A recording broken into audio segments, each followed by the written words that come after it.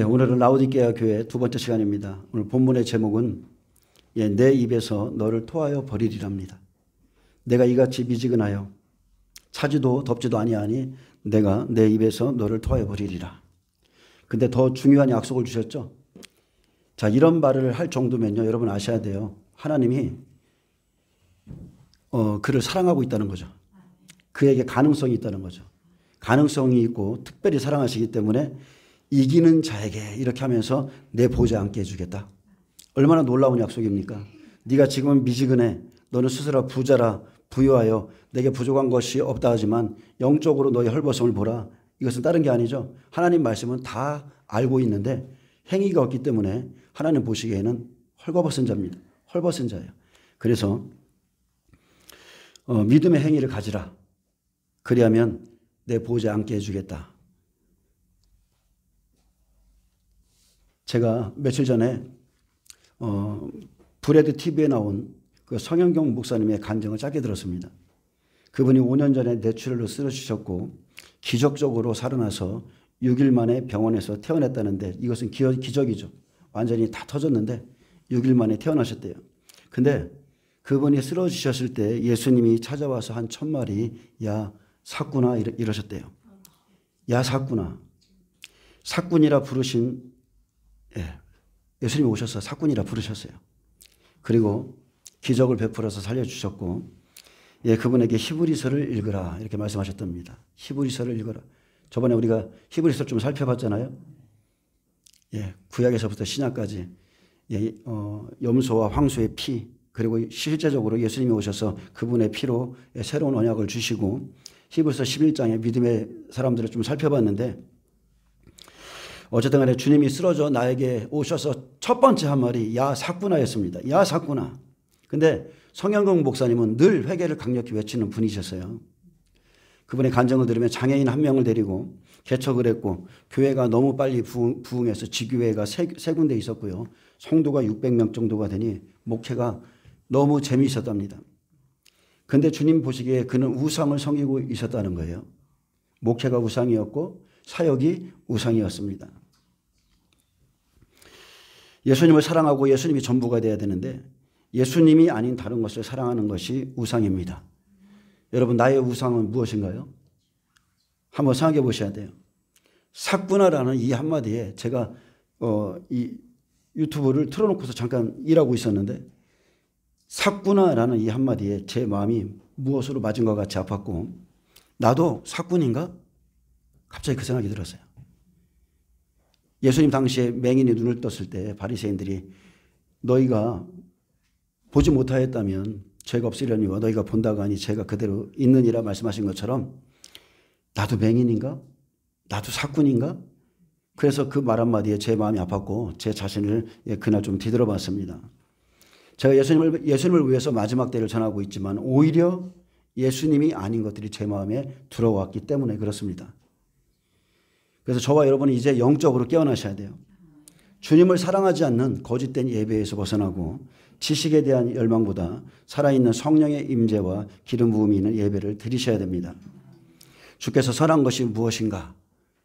하나님 앞에 어떻게 나갈까를 고민하고 있는 미가 선지자에게 보이셨는데 그것은 다른 게 아니죠. 정의를 행하며 인자를 사랑하며 겸손하게 내 하나님과 함께 행하는 것이 아니냐 이렇게 단순한 것이라고 가르쳐줬습니다. 그래서 우리는 하나님께 나아갈 때 좀 인정을 받아야 돼요. 첫 순교자 아벨은 가인보다 더 나은 제사를 드림으로 하나님께 의로운 자라 여기심을 받았고요. 증거를 받았습니다. 그리고 에녹은 무두셀라 이 아들이 죽으면 심판이 있으리라 이 말씀을 듣고 300년을 하나님과 동행하였으며 그는 옮겨지기 전에 하나님을 기쁘시게 하는 자라는 증거를 받았습니다. 반드시 우리에게는 증거가 필요합니다. 예수님과 함께 동행하는 것 그것이 신앙생활의 가장 중요한 겁니다. 말씀을 따라서 시대를 분별하고 나에게 주어진 시간과 환경 안에서 열심을 다해서 충성하며 날마다 회개하고 다시 불처럼 뜨거워져야 됩니다. 미지근한 라오디게아 교회는 처음 사랑을 잃어버린 에베소 교회와 같습니다. 또한 차대 교회와 같이 살았다는 이름은 가졌으나 죽은 자와도 같습니다. 근데 그렇게 살다가는 큰일 납니다. 영적으로 잠자고 있는 자는 깨어나시고 예배에 대한 간격이 살아나고 종교에서 생명으로 옮겨가시길 다시 한번 축복합니다. 많은 사람들이 마지막 때 말씀을 들어도 믿음의 삶을 살지 않습니다. 믿음의 삶은 다른 게 아니죠. 믿음이 없어서 하나님의 말씀에 순종하지 않는다는 뜻입니다. 알기는 알아요. 근데 믿음이 없어서 하나님 말씀에 순종하지는 않습니다. 말씀을 다 믿지 않기 때문에 막연한 생각을 가지죠. 막연한 생각은 불신앙입니다. 어떻게 되겠지? 어떻게 하나님이 다 하시겠지? 하지만 하나님은 우리에게 선택할 수 있는 자유의지를 주셨고 마태복음 24장 예수님은 경고했습니다. 노아 이때 홍수가 나서 그들을 다 멸하기까지 깨닫지 못하였으니 인자의 임함도 이와 같으리라. 노아처럼 하나님의 안식을 바라보는 이 시대의 노아들이 경고하는 의의 외침을 여러분 들으시길 축복합니다.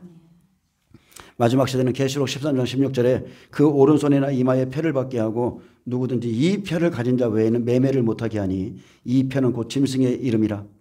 그 이름이니 그 이름의 수라. 지혜가 여기 있으니 총명한 자는 그 짐승의 수를 세어보라. 그것은 사람의 순이 666이니라. 근데 여러분 짐승이 지금 등장하고 있습니다.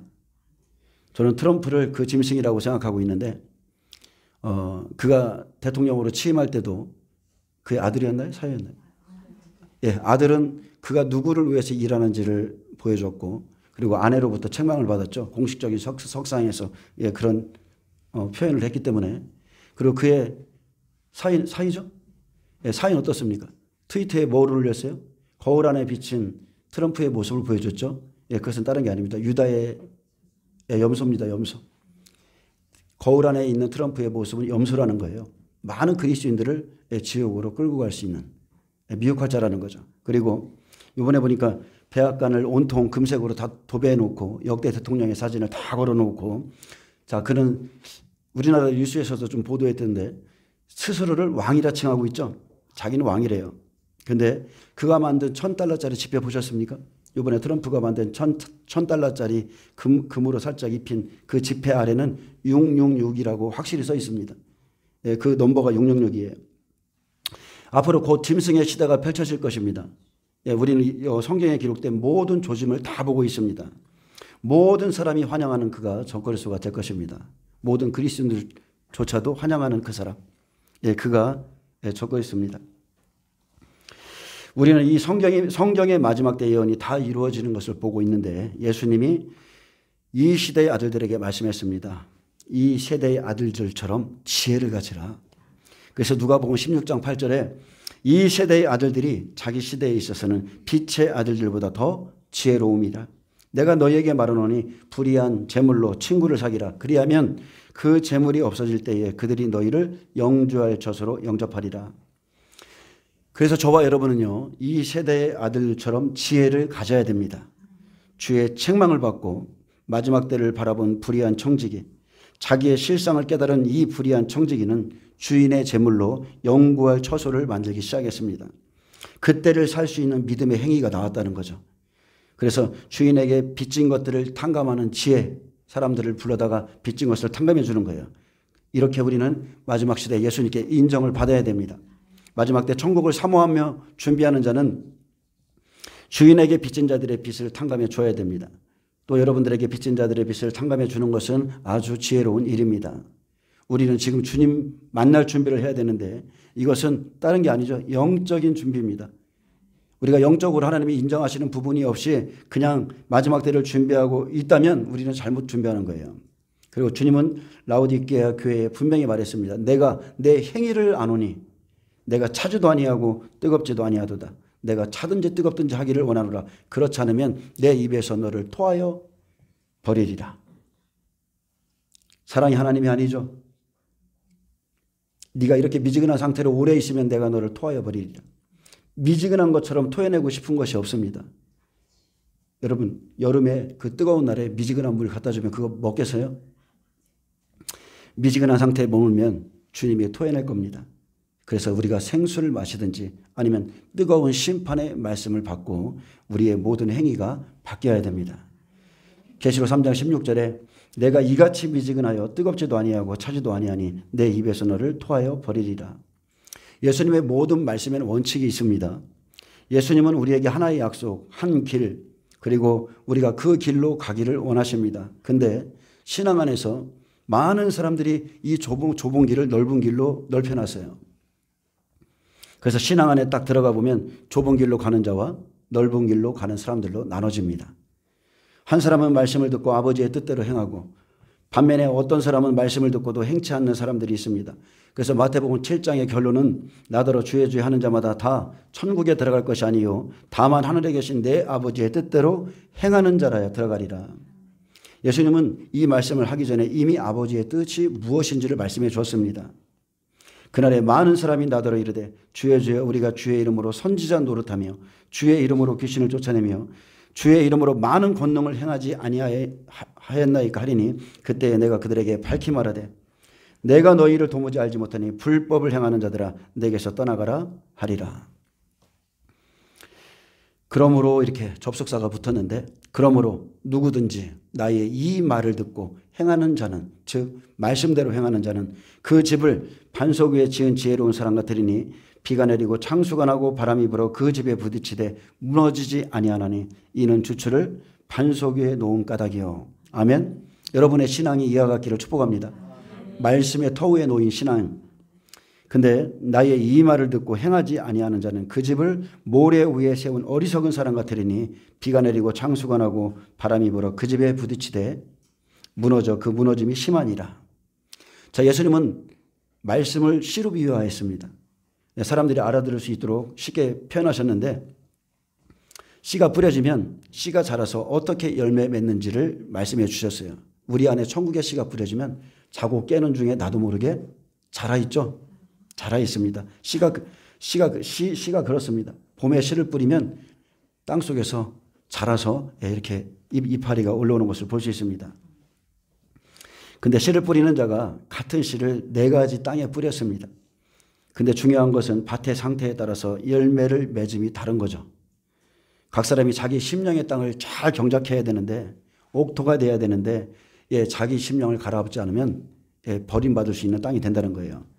그래서 우리가 옥토가 될 때에 어떤 것은 100배, 어떤 것은 60배, 어떤 것은 30배의 결실을 맺을 것이라 했습니다. 이것은 믿음에 대한 이야기입니다. 100배의 믿음, 60배의 믿음, 30배의 믿음을 가진 사람들이 나올 것이다. 그래서 땅을 경작하라는 의미는 말씀으로 자신의 마음을 다스리고 지켜야 됨을 의미합니다. 예수님은 길가에 뿌려진 씨를 비유로 마음에 뿌려진 말씀을 즉시 빼앗는 마귀가 있다 했습니다. 또 말씀으로 말미암아 환난이나 박해가 일어날 때 뿌리가 없으면 잠시 견디다가 넘어질 수도 있습니다. 하나님 보시기에 믿음은 너무 귀한 것이기에 사람이 어디에 뿌리를 두고 살고 있는지를 시험합니다.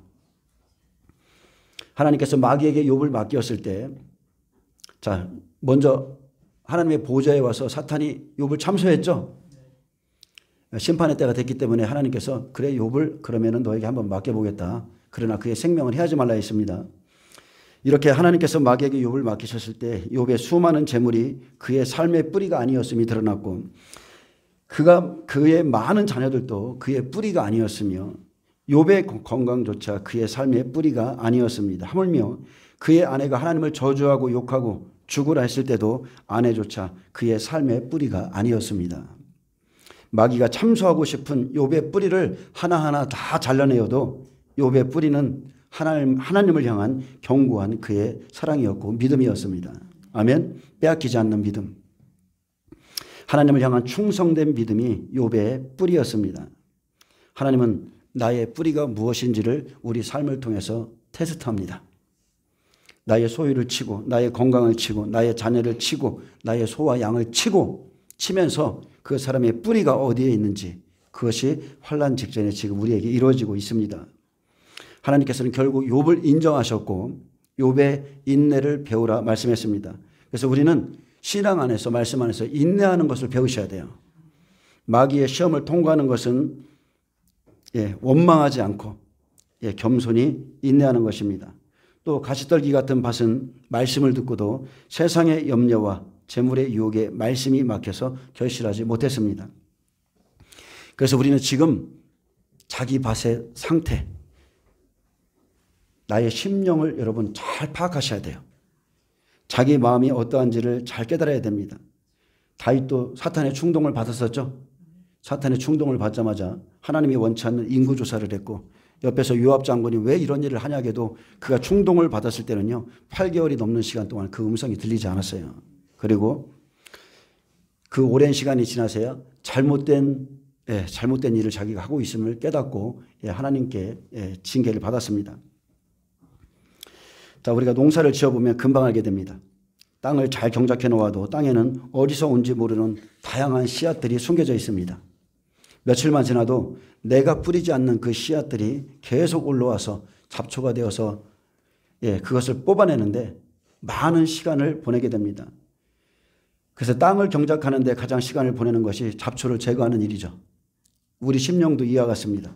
우리는 자신의 심령의 땅을 잘 경작해야 됩니다. 예수님이 오시기 전에 가나안 땅에 들어가면 그들의 풍속을 본받지 말라 하셨듯이 이미 가나안 7 족속들이 뿌려놓은 가라지들이 우리 안에 가득합니다. 7 영은 우리 안에 있어요. 우리는 그것들을 찾아내고 진멸하고 정리하는데 많은 시간과 공을 들여야 됩니다. 그렇지 않으면 그 어둠의 영이 나를 미혹과 사망의 길로 끌고 가기에 하나님은 반드시 그것들을 다 진멸하라고 명령하셨습니다. 이해되시죠? 어느 밭이든 알곡과 가라지는 함께 자랍니다. 그렇기에 결실할 때가 되면 귀 있는 자는 성령이 교회들에게 하시는 말씀을 잘 듣고 모든 불의에서 떠나야 됩니다. 라오디게아 교회는 내가 지금 미지근하여 이것도 저것도 아니니 내 입에서 너를 토하여 버리리라 했습니다. 근데 라오디 교회의 문제점은 자기를 잘못 판단하고 있는 거예요. 라오디 교회는 스스로 부자요 부유한 자라고 칭했습니다. 우리가 은혜시대 그때 솔로몬의 그 부귀영화를 가장 누릴 때가 그의 삶의 우기였죠. 다윗도 그랬고 솔로몬도 마찬가지였습니다. 그는 이방의 많은 여인들, 특히나 솔로몬은 무엇을 구했어요? 지혜를 구했죠. 그는 하나님의 말씀을 잘 알고 있었어요. 지혜를 갖고 있었는데 이방의 많은 여인을 더 사랑하여 이렇게 되어 있습니다. 열왕기상 11장인가요? 거기로 가면 더 사랑하여 이렇게 되어 있어요. 하나님보다 더 사랑하는 거예요. 근데 이 많은 여인은 영적으로 보면 다른 게 아니죠. 교훈이에요. 그래서 신학에서는 다른 영, 다른 복음, 다른 예수를 말하는 것이고 그 여인을 사랑하면 그들로부터 교훈을 얻게 됩니다. 그래서 하나님께서 그들과 통혼하지 말라는 말씀을 그가 어겼고 하나님께서는 그들이 반드시 너희의 마음을 돌려 그들의 신들을 따르게 하리라 하셨음을 알고도 후군과 첩으로 1000명을 맞아들였습니다. 결국 그의 여인들이 솔로몬의 마음을 떠나게 했습니다. 이방 여인들은 여러분 교훈을 갖고 있어요. 그래서 우리가 성령으로 충만하고 하나님의 말씀으로 강력하지 않으면 우리가 끌려가고 우리가 끌고 올 수도 있지만 대부분이 잘못하면 끌려갑니다. 그래서 이방 여인들과 결혼하지 말라는 거예요. 하나님은 그를 안타깝게 여겨 2번이나 나타나서 다른 신을 따르지 말라 명령하셨으나 그가 여호와의 명령을 지키지 않았습니다. 하나님의 뜻을 알고도 영원한 것을 붙들지 않고 일시적인 것을 위해 산다면 주님이 토해낼 수밖에 없습니다. 내 입에서 너를 토하여 내치리라. 지식만 가지고 약속의 말씀만 가지고 있고 행하지 없으면 그에게 생명이 없기 때문에 토하여 내칩니다. 여러분도 우리도 마찬가지입니다. 말씀을 듣고도 이것저것도 아니면 결국 토하여 내칩니다. 마지막 때 약속의 말씀을 받았다 할지라도 행위로 이루어지지 않으면 약속에서 제하여 버립니다. 그래서 우리는 약속을 받았으면 약속대로 살아야 되죠. 아멘. 행함이 없는 믿음은요 약속을 버린 겁니다. 때를 따른 양식을 나누어 줄지라도 믿어져야 할 수 있는 거고 이 땅에서의 마지막 기회를 놓치면 영생의 약속에서 제하여 버리십니다. 지식은 믿음입니까?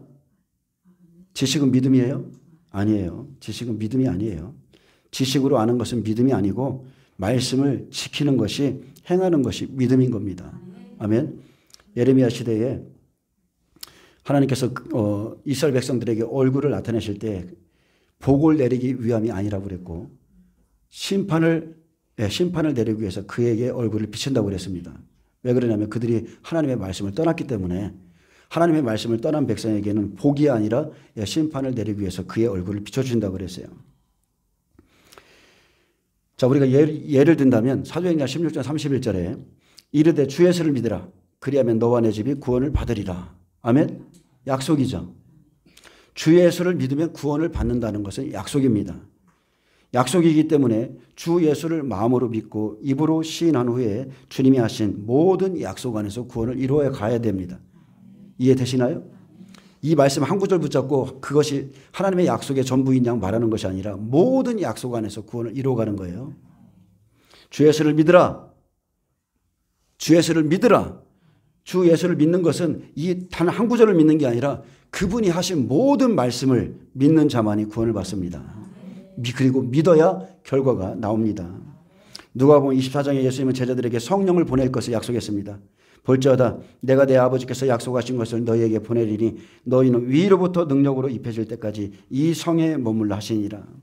그런데 자세히 따져보면 예수님이 죽으시고 부활하신 후에 40일째 승천하셨잖아요. 그러면은 하나님의 절기를 아는 사람들은 자세히 따져보면 열흘 정도예요. 열흘만 내가 열심히 기도하고 주님 말씀 붙들고 여기서 씨름하고 있으면 하나님이 성령을 보내실 거다. 그죠? 성령을 받게 됩니다. 자, 이 성에 머물라. 이것은 약속이죠. 능력이 입혀질 때까지 그 사람이 머물러야 성령 받습니다. 약속을 믿고 기도하는 자가 성령을 받습니다. 세례 요한도 마찬가지입니다. 요단강에서 물 세례를 주면서 예수님이 오실 것이라 외쳤고 오실 때까지 그 자리를 떠나지 않았습니다. 믿음은요, 약속이 이루어질 때까지 기다리는 것이 믿음이에요. 무언가를 받았어. 하나님이 무언가를 나한테 계시해 줬어. 근데 안 이루어지네?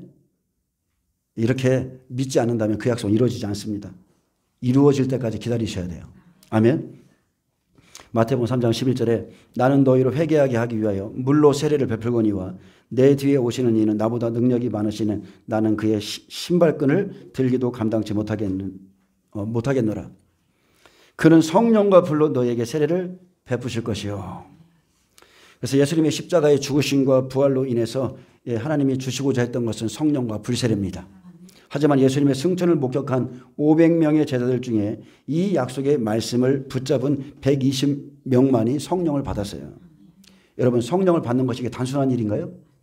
예수님이 부활 승천하는 것을 500명이 받고 성령을 받으라 했는데 이 사람들은 기다리며 인내하지 못했어요. 즉 예수님은 물과 성령으로 거듭난 자만이 구원을 받고 물과 성령으로 거듭난 자만이 하나님 나라에 들어올 것이라 했는데 이 사람들은 그 시간도 못 기다리는 거예요. 기다린 자만이 구원받습니다. 여러분, 성령 세례 받으셔야 돼요.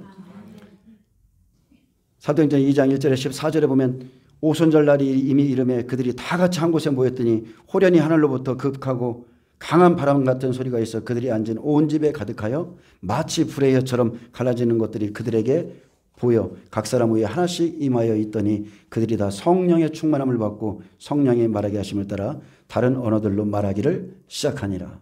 아멘. 여러분, 우리가 성령 받기를 기도하면 여러분 위에 불 같은 것이 하나씩 다 이렇게 와 있어요.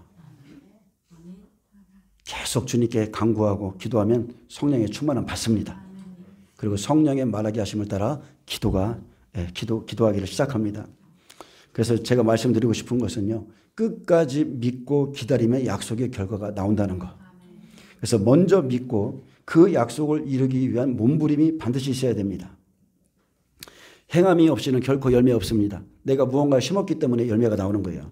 내가 씨를 뿌렸던 꽃을 심었던 나무를 심었던 그것은 내가 했기 때문에 행했기 때문에 열매가 나오는 겁니다. 믿고 약속을 이루고 또 약속을 이루어가는 것이 구원의 길이고 생명의 길이며 좁은 길입니다. 마태복음 24장 44절에 이러므로 너희도 준비하고 있으라. 생각하지 않은 때에 인자가 오리라. 충성되고 지혜 있는 종이 되어 주인에게 그 집 사람들을 맡아 때를 따라 양식을 나눠줄 자가 누구냐. 이제 때를 따른 양식을 먹고 시대가 분별됐다면 더 이상 미지근한 상태로 여러분 머물면 안 됩니다. 절대 안 돼요. 오늘이 이 땅에서의 마지막 기회일 수 있습니다. 제가 며칠 전에 그 뉴스에서 보도된 걸 봤어요. 서울의 강동구인가요? 오토바이를 타고 가는데 앞에 차는 맨홀이 싱크홀이 갑자기 우리나라에도 생겨서 40m 아래로 차는요 튕겨져 나갔고요. 그 뒤를 따르던 오토바이를 타고 가던 그 30몇 살 먹었는데 그 사람이 40m 아래로 추락했어요. 그리고 15시간 만에 발견했나요? 예, 그는 사망했습니다. 어떻게 너무나 안쓰러운 일이죠. 어떻게 이런 일이 일어나는지 모르겠지만 우리는 준비하고 있어야 됩니다. 항상 준비된 삶을 살아야 돼요. 오늘이 이 땅에서의 마지막 기회일 수가 있습니다. 그래서 우리는 차든지 뜨겁든지 결단하고 준비하고 있어야 됩니다. 누가복음 12장 35절에 허리에 띠를 띠고 등불을 켜고 서 있으라. 이게 마지막 때를 살아가는 자의 자세죠. 허리에 띠를 띠고 등불을 켜고 서 있으라. 너희는 마치 주인이 혼인집에서 돌아와 문을 두드리면 곧 열어주려고 기다리는 사람과 같이 되라. 주인이 와서 깨어있는 것을 보면 그 종들은 복이 있으리로다. 레위기 18장을 여러분 좀 펴시기 바랍니다. 레위기 18장.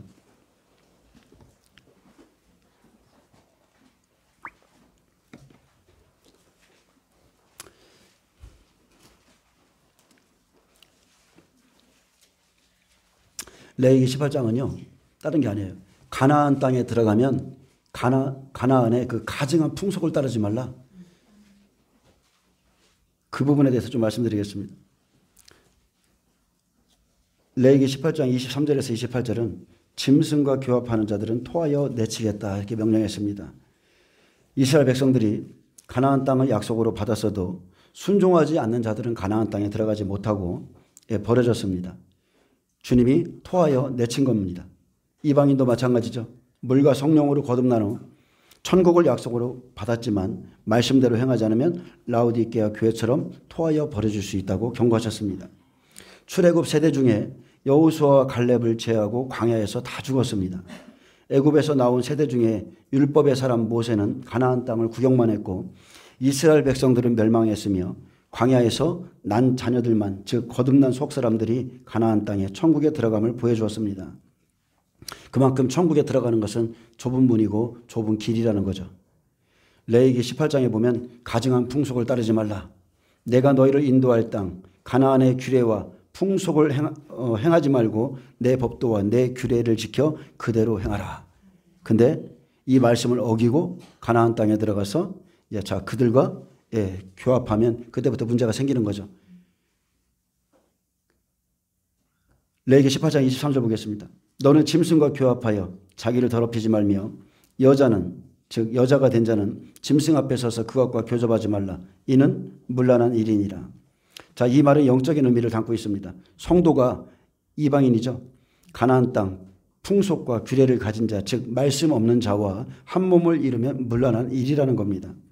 너는 짐승이라는 것은 구약의 이방인들을 말하죠. 구약에서는 이방인들을 말하는데 생명이 없는 자, 말씀이 없는 자, 빛이 없는 자, 하나님을 알지 못하는 자, 깨닫지 못하는 자를 짐승이라고 합니다. 그래서 너는 짐승과 그리고 또 여자가 된 자는 영적으로 성도를 말합니다. 영적으로 성도된 자는 짐승 앞에 서서 그것과 교접하지 말라. 이는 문란한 일이니라. 성도가요. 복음으로 이끌어갈 수 있는 능력이 있다면 문제가 없겠지만 말씀 없는 자와 한 몸을 이루면 그때부터 그것은 문란한 일이 되는 겁니다. 믿음 안에는 남자와 여자와 자손이 있습니다. 즉 100배와 60배와 30배 지성소, 성소, 뜰신앙들이 있어요. 즉 영적으로 이런 것들을 우리 성경을 통해서 보여주셨는데 성경에서 남자는 하나님의 말씀을 가진 즉 씨를 뿌리러 가는 예수님처럼 씨를 뿌리러 가는 그런 100배들을 의미합니다.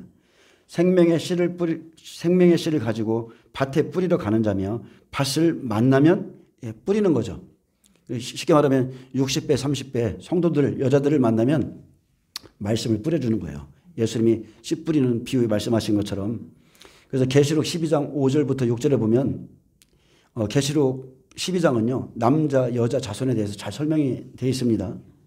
회를 옷 입은 한 여자는 두 증인이고 그래서 12장 5절에서 6절에 보면 여자가 아들을 낳으니 그랬습니다. 여자는 누구예요?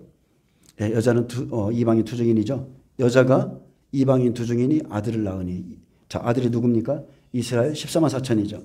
이는 장차 철장으로 만국을 다스릴 남자라. 자 휴거자 14만 4천입니다. 그 아이를 하나님 앞과 그 보좌 앞으로 올려가더라. 성경에서 유일하게 죽지 않고 휴거로 올라간 자는 계시록 12장 5절밖에 없습니다. 자 여기서 청년 여자는 60배인데 자 밭입니다. 이 사람들은 밭이에요. 그래서 생명의 씨를 받아서 즉 100배의 말씀을 받고 자기 안에서 열매를 맺은 자입니다. 그러면 6절에 열매 맺은 그 여자가 나오죠. 그 여자가 광야로 도망하며 거기서 1260일 동안 그를 양육하기 위하여 하나님께서 예비하신 곳이 있더라. 그 여자는 이스라엘 백성 중 60배 그 여자입니다.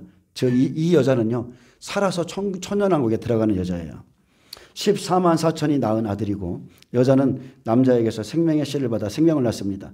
말씀을 받아서 낳기에 여자라 하고 밭이라고도 표현합니다. 그래서 60배는 양육받기 위해서 하나님이 예비하신 예비처로 들어가는데 이 사람들은 살아서 천연왕국에 들어갑니다. 유일한 사람들이죠. 고린도전서 14장 34절 사도 바울이 말했습니다. 여자는 교회에서 잠잠하라. 즉 말씀을 듣는 여자들을 말하는 거예요. 60배들을 의미합니다. 그들에게는 말하는 것이 허락함이 없나니 율법에 이른 것 같이 오직 복종할 것이요. 자, 이렇게 남자가 있고 여자가 있고 이제 생명이 있는 자 중에 또 하나 누가 있어요? 자손이 있죠. 자손, 겉사람을 벗은 자손 30배입니다. 그래서 17절에 계시록 마지막 절이죠. 12장 마지막 절. 용이 여자에게 분노하여 돌아가서 그 여자의 남은 자손 겉사람을 벗은 30배 곧 하나님의 계명을 지키며 예수의 증거를 가진 자들과 더불어 싸우려고 바다 모래 위에 있더라. 그래서 1335일까지 알곡으로서 추수되는 사람들은 여기까지입니다. 하나님의 계명을 지키는 자 이스라엘 30배, 예수의 증거를 가진 자 이방인 30배, 이 사람들이 마지막으로 용과 싸우려고 바다 모래 위에 서 있다고 그랬어요. 땅에는 이미 용이 땅으로 쫓겨 내려왔기 때문에 발을 붙일 곳이 없고 이것은 마지막 전쟁입니다. 성경에서 마지막 전쟁이에요. 그래서 용과 싸우려 바다 모래 위에 서 있더라. 결국 30배는 우상 숭배를 거부해야 되고 짐승의 표를 거부해야 되고 그러므로 순교하고 그 영혼이 낙원에 들어갑니다. 자, 제가 말하고 싶은 건 이겁니다. 이런 생명의 사람들이 자 이렇게 100배든 60배든 30배든 이런 생명의 사람들이 생명 없는 자와 한 덩어리가 될 수 없다는 거예요. 여러분 생명이 없기 때문에 생명 없는 자와 연합되는 겁니다. 꼭 명심하세요. 짐승 앞에 서서 그것과 교접하는 것이 문란한 일이듯이 성도가 말씀이 없는 자와 생명이 없는 자와 한 몸을 이루는 것은 하나님 보시기에 굉장히 문란한 일입니다. 24절에 너희는 이 모든 일로 스스로 더럽히지 말라. 즉 이 말은 짐승과 교합하지 말라. 23절 같이 살면 더러워진다. 내가 너희 앞에서 쫓아내는 족속들이 자 족속들은 짐승들이죠. 이 모든 일로 말미암아 더러워졌고 하나님께서 가나안 7족속과는 담합하지도 말고 불쌍히 여기지 말고 그들을 다 진멸하라 했습니다. 즉 우리 안에서 주인 노릇하는 영들을 다 내쫓아야 됩니다. 그리고 여러분은 이 영적 싸움에서 반드시 싸워 이기셔야 돼요. 우리가 성령을 받으면 우리의 싸움은 외적인 싸움이 아니에요. 다 우리 안에 있어요. 여러분 가나안 7족속이 밖에 있습니까? 우리 안에 있습니까? 우리 안에 있습니다. 이 심령 안에 있는 거예요. 신명기 7장 1절 4절에 보면 내 하나님 여호와께서 너를 인도하사 내가 가서 차지할 땅으로 들이시고 내 앞에서 여러 민족 곧 헷 족속과 기르가스 족속과 아모리 족속과 가나안 족속과 브리스 족속과 히이 족속과 여부스 족속 곧 너보다 많고 힘이 센 7족속을 쫓아내실 때에 내 하나님 여호와께서 그들을 내게 넘겨 내게 치게 하시리니 그때에 너는 그들을 진멸할 것이라. 아멘. 여러분 원수 마귀를 치는 때가 있습니다. 하나님이 우리를 도우실 그 은혜의 때가 있어요. 사도 바울이 로마서 7장에서 자기 안에 있는 다른 법과 다른 영 때문에 막 괴로워할 때 8장에 생명의 성령의 법이 너를 해방하였다고 그러죠. 하나님이 우리를 도우실 때 그때 여러분 영적 전쟁하셔야 돼요. 기회가 매일 있는 게 아닙니다. 그들과 어떤 언약도 하지 말 것이요 그들을 불쌍히 여기지도 말 것이며 또 그들과 혼인하지도 말지니 내 딸을 그들의 아들들에게 주지 말 것이요 그들의 딸도 내 며느리로 삼지 말 것은 그가 내 아들을 유혹하여 그가 여호와를 떠나고 다른 신들을 섬기게 하므로 여호와께서 너희에게 진노하사 갑자기 너희를 멸하실 것임이라. 아멘. 결국 이방 여인 하나님을 믿지 않는 여인을 만나면 그가 여호와를 떠나게 한다는 거예요. 그래서 함께 진멸합니다. 자 먼저 가나안 땅에는 7족속이 있다 말씀하셨는데 가나안 땅에 들어가면 7족속들이 있습니다. 근데 주님이 말씀하신 것은 가나안은 차지할 땅이라 그랬어요. 우리에게 전쟁은 불가피합니다. 영적 전쟁은 불가피해요. 구원받은 우리 심령에 성령이 들어오시면 알게 돼요. 아, 우리 안에 7 족속이 있구나. 성령이 우리 안에 임하시면 그냥 알게 됩니다. 내가 아닌데 나인 것처럼 주인 노릇하는 영들이 내 안에 있어요. 계속 끊임없이 세상으로 끌어가고 세상과 담합하게 하는 영들을 반드시 진멸하라 했습니다. 너보다 힘이 센 7 족속을 쫓아내실 때 그들을 내게 넘겨 내게 치게 하시리니 그때에 너는 그들을 진멸할 것이라. 아멘. 이 기회를 놓치지 마시기를 축복합니다. 성령께서 악한 영을 진멸하기 시작하실 때에 우리에게 은혜를 베푸실 때에 그것들을 완전히 진멸하기를 원하십니다. 그렇지 않으면 여러분은 그것들을 진멸한 만큼 예수를 누리게 될 것이고 후에 힘이 약해지면 자신이 그 영으로 말미암아 멸망합니다. 구약의 성경에는 다 그랬습니다. 진멸하지 못하면 못한 만큼 다 멸망했어요. 그래서 우리가 교회 안에 들어오면 축사사역이 있죠. 영적 전쟁이 시작되면 성령을 받으면 영적 전쟁이 있어요. 근데 축사사역이 시작되면 여러분은 끝을 보셔야 돼요. 하나님이 치게 하시면 그때 너는 그들을 진멸할 것이라. 명령입니다. 명령. 그렇지 않으면 비고 소대된 나의 집에 더 악한 7 귀신이 돌아와서 신앙생활이 엄청 힘들어집니다. 그들과 어떤 언약도 하지 말 것이요 그들을 불쌍히 여기지도 말 것이며 또 그들과 혼인하지도 말지니 그가 내 아들을 유혹하여 그가 여호와를 떠나고 다른 신들을 섬기게 함으로 여호와께서 너희에게 진노하사 갑자기 너희를 멸하실 것임이라. 가나안 족속을 진멸하지 않고 담합한 상태로 살면 그냥 내가 물리치지 않고요 내 안에서 살게 내버려 두는 거예요. 내 안에 있는 거 알아. 다른 존재가 있는 거 알아. 근데 내가 너무 힘들고 귀찮고 치기 싫고 그냥 내버려둬요. 결국 그것이 나를 유혹하고 결국 그것이 다른 영을 따라 살게 함으로 하나님께 진노받게 합니다. 내가 멸망받습니다. 여러분 우리에게 영적 전쟁은 해도 되고 안 해도 되고의 문제가 아니에요. 확실히 하셔야 돼요. 자기의 영적 상태를 여러분 점검하셔야 돼요. 그래서 이렇게 가나안 땅에 들어가서 이런 생명 없는 자와 같이 살아가면 담합하면 영적으로 더러워집니다. 그들에게서 자신을 지키라 하셨고 여호와께서 그들을 내게 넘겨치게 하실 때 멈추지 말고 끝장내야 된다 했습니다. 가나안 족속들과 함께 머물면 결국은 멸망합니다. 삼손 보세요. 삼손은 나실인이었습니다. 하나님께 드려진 자였지만 이방 여인 디릴라에게 마음이 빼앗겼을 때 머리카락이 잘렸습니다. 그의 힘의 근원이 없어졌어요. 머리카락은 믿음을 상징하죠. 머리카락이 나의 믿음이 온전히 자랄 때까지 장성할 때까지 그 전에 자르게 두면 믿음이 떨어집니다. 이방 여인을 사랑해서 머리카락을 자르면 믿음에서 떨어질 수밖에 없다는 거. 이것은 영적인 원리예요. 하나님을 모르는 여인과 그 여인을 사랑해서 내가 나의 머리카락을 잘랐다는 것은 내 믿음에서 떠났다는 거잖아요. 그럼 믿음에서 떨어질 수밖에 없습니다. 그래서 우리가 이길 것 같을 때에 하나님이 나를 도와주실 때에 나에게 힘이 남아있을 때에 자신을 지키시기를 축복합니다. 25절에 그 땅도 심령을 의미하죠. 더러워졌으므로 내가 그 악으로 말미암아 벌하고 그 땅도 스스로 그 주민을 토하여 내느니라. 그러므로 너희 곧 너희의 동족이나 혹은 너희 중에 거류하는 거류민이나 내 규례와 내 법도를 지키고 이런 가증한 일에 하나라도 행하지 말라. 너희 전에 있던 그 땅 주민이 이 모든 가증한 일을 행하였고 그 땅도 더러워졌느니라. 너희도 더럽히면 그 땅이 너희가 있기 전 주민을 토함같이 너희를 토할까 하노라. 땅이 그 사람을 토해 내칩니다.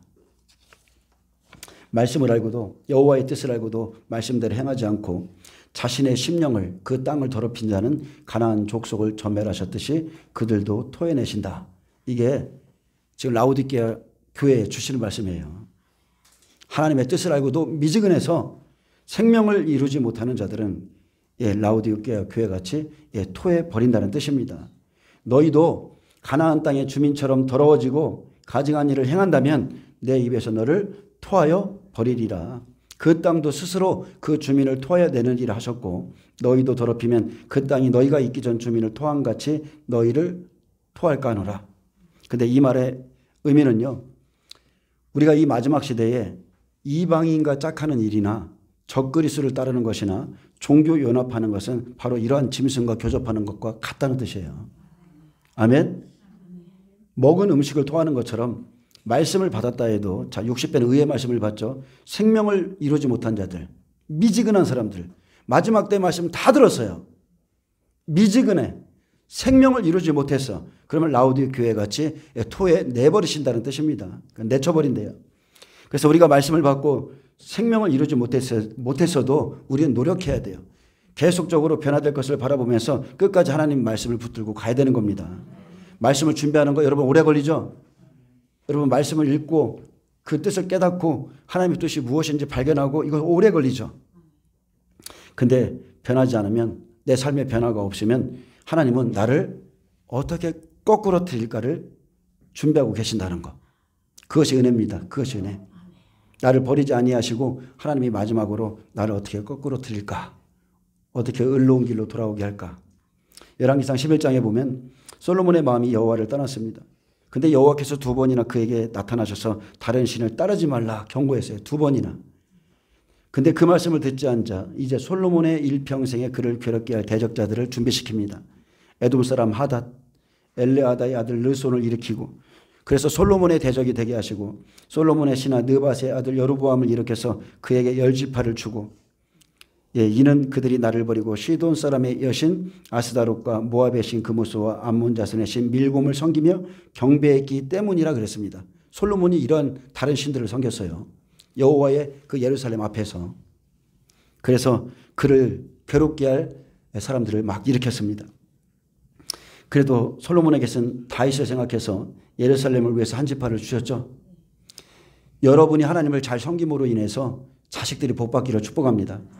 여러분이 하나님을 잘 섬겨서 자식이 무언가를 잘못해도 하나님이 좀 묵과해 주시고 내가 그래도 다윗 때문에 참는다. 다윗 때문에 이런 일이 있기를 축복합니다. 그러나 그는 그의 아버지 다윗이 행한 같지 아니하고 내 길로 행하지 아니하며 나 보기에 정직한 일과 내 법도와 내 율례를 행하지 아니하였다 했습니다. 그래서 여호와께 마음이 떠난 자 하나님이 토해냅니다. 많은 사람들이 솔로몬의 지혜를 구하는데 그 지혜가 결국은 자기를 망가뜨렸어요. 마지막에 스스로 여호와를 떠났습니다. 사울은 어떻습니까? 사울. 여러분 꼭 이것을 지금 제가 좀 말씀이 약간 어긋날 수가 있는데 지금 제가 라우디게아 교회를 설교하고 있잖아요. 라우디게아 교회는 부자예요. 실제로 부유한 자예요. 영적인 부자예요. 그 사람들은 말씀을 이미 가진 자였어요. 사울처럼. 이 안에서 여러분이 들으셔야 돼요. 말씀이 없는 자는 무엇인지도 깨닫지도 못해요. 근데 자 여러분 사울 보세요. 사울이 다메섹 도상에서 예수님을 만나기 전에 어떻습니까? 그는 율법에 정통한 학자였습니다. 그는 하나님 뜻대로 정도를 걷고 싶었지만 말씀 안에서 생명을 이루지 못했기에 예수님은 사울을 기다렸습니다. 그는 스데반을 죽일 때 옆에 있었죠. 자기가 가진 말씀으로 예수님을 대적하고 있었어요. 그래서 예수님은 그가 말씀을 갖고 있었기에 변화될 것을 믿고 바라봤습니다. 사울은 율법 안에서 라우디게아 교회처럼 나는 부자라 부유하여 부족한 것이 없다고 생각한 자였습니다. 그는 오랫동안 말씀을 준비한 자였지만 참 생명은 없었기에 오히려 그가 가진 말씀은 예수님을 핍박하고 있었고 예수님께 속한 사람들을 계속적으로 핍박했습니다. 근데 예수님은요 이방인들을 위해서 그를 긍휼히 여기셨죠. 그를 긍휼히 여기셨기에 토하지 않으시고 거꾸로 드리기 위해서 평생 잊지 못할 다메섹 도상을 준비했습니다. 그리고 사울을 엎드려뜨려서 한순간에 바울이 되게 했습니다. 이렇게 부자들, 미지근한 자들 완전히 변화되도록 손대는 날이 옵니다. 근데 여러분 지금 변하세요. 지금. 주님이 손대면 골치 아파져요. 예수로 인해 3일 동안 눈 멀고 눈에서 비늘이 벗겨지고 성령으로 인해 다시 보게 되는 날 이런 생명의 사람들은 눈을 뜬 다음 날부터 어때요? 전도로 나가죠. 온전한 생명이 입혀지면 그 다음 날부터 전도하게 돼 있습니다. 그래서 부자라 부유한 자라 생각하는 미지근한 자들은 속히 지금 스스로 주님께 돌아오시길 축복합니다. 주님이 손대면 아주 골치 아파집니다. 나는 뭔가를 안다고 생각했어요. 나는 부자요 부유한 자라고 생각했어요. 근데 하나님은 아니라는 거예요. 너는 영적으로 헐벗은 자다. 너는 알기만 하지 너는 말씀을 행한 적이 한 번도 없다는 거예요. 그래서 낮은 자 중에 낮은 자가 되게 만드시죠. 그를 어디로 보내요? 말씀을 가진 자를 어디로 보내요? 광야입니다. 이것은 구약에서부터 신약까지 그냥 일관된 하나님의 방법이에요. 말씀을 가지면 무조건 광야로 보냅니다. 요셉도 그랬고 모세도 그랬고 다 하나님의 말씀을 가진 자는요. 다 광야로 보내는데 거기에는 엄청난 고난이 있습니다. 엄청난 고난이 있어요. 29절에 이 가증한 모든 일을 행하는 자는 그 백성 중에서 끊어지리라. 그러므로 너희는 내 명령을 지키고 너희가 들어가기 전에 행하던 가증한 풍속을 하나라도 따름으로 스스로 더럽히지 말라. 나는 너희 하나님 여호와니라. 아멘입니다. 나는 너희 하나님 여호와이니 너희는 내 명령을 지키라. 여호와께서는 이 가증한 모든 일을 행하는 자는 그 백성 중에서 끊어지리라, 토해내리라 경고했습니다. 너희도 더럽히면 그 땅이 너희가 있기 전 주민을 토함같이 너희를 토할까 하노라 하셨듯이 말씀을 받고도 미지근하여 뜨겁지도 아니하고 차지도 아니하면 내 입에서 너를 토하여 버리라 하셨다는 것을 여러분 마음에 새기시기 바랍니다. 새기셔야 돼요. 하나님은 언제나 끝까지 우리를 돌보시는 분이 아니에요. 은혜 베풀 때에 구원의 날에 내가 너를 도왔다고 그랬어요. 하나님이 지금 우리에게 은혜를 베풀고 계십니다. 지금이 우리의 구원의 날입니다. 그러므로 너희는 믿지 않는 자와 멍해를 같이 하지 말라 했습니다. 고린도후서 6장 14절에 보면 이 믿지 않는 자는 불신자가 아니죠.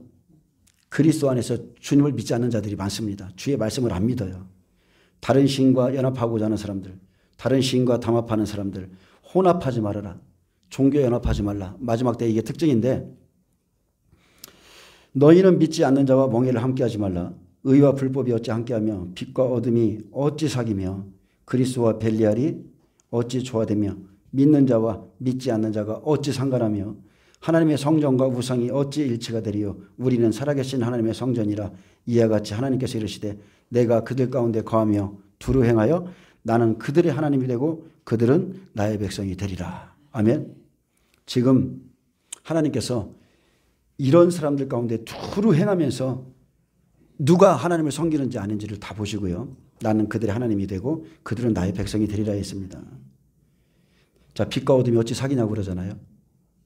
생명이 없는 자와는 우리가 마지막 때 사귈 수가 없습니다. 그리스도와 벨리알도 마찬가지입니다. 벨리알, 악인, 행실이 나쁜 자들, 무가치한 자, 사탄과 그 하수인들과 우리가 어떻게 상관하고 사귈 수가 있습니까? 조화도 될 수가 없어요. 근데 이스라엘 백성은 가나안 땅 직전에 발람의 교훈을 따라가서 결국은 우상 숭배하고 멸망했습니다.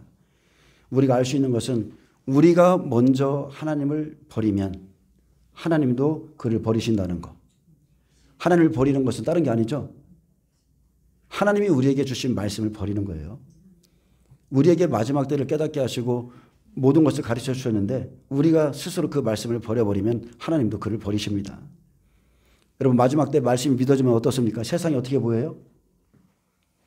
마지막 때 말씀이 믿어지면 세상이 헛되게 보입니다. 절대 미지근할 수 없습니다. 아무것도 아니라는 걸 알아요. 땅이 아무리 좋아도 더럽히면 토하듯이 말씀을 듣고도 변하지 않으면 그는 하나님이 토하십니다. 분명히 성경은 개와 돼지와 같은 심령은 하나님께서 진주를 던질 수 없다고 그랬어요.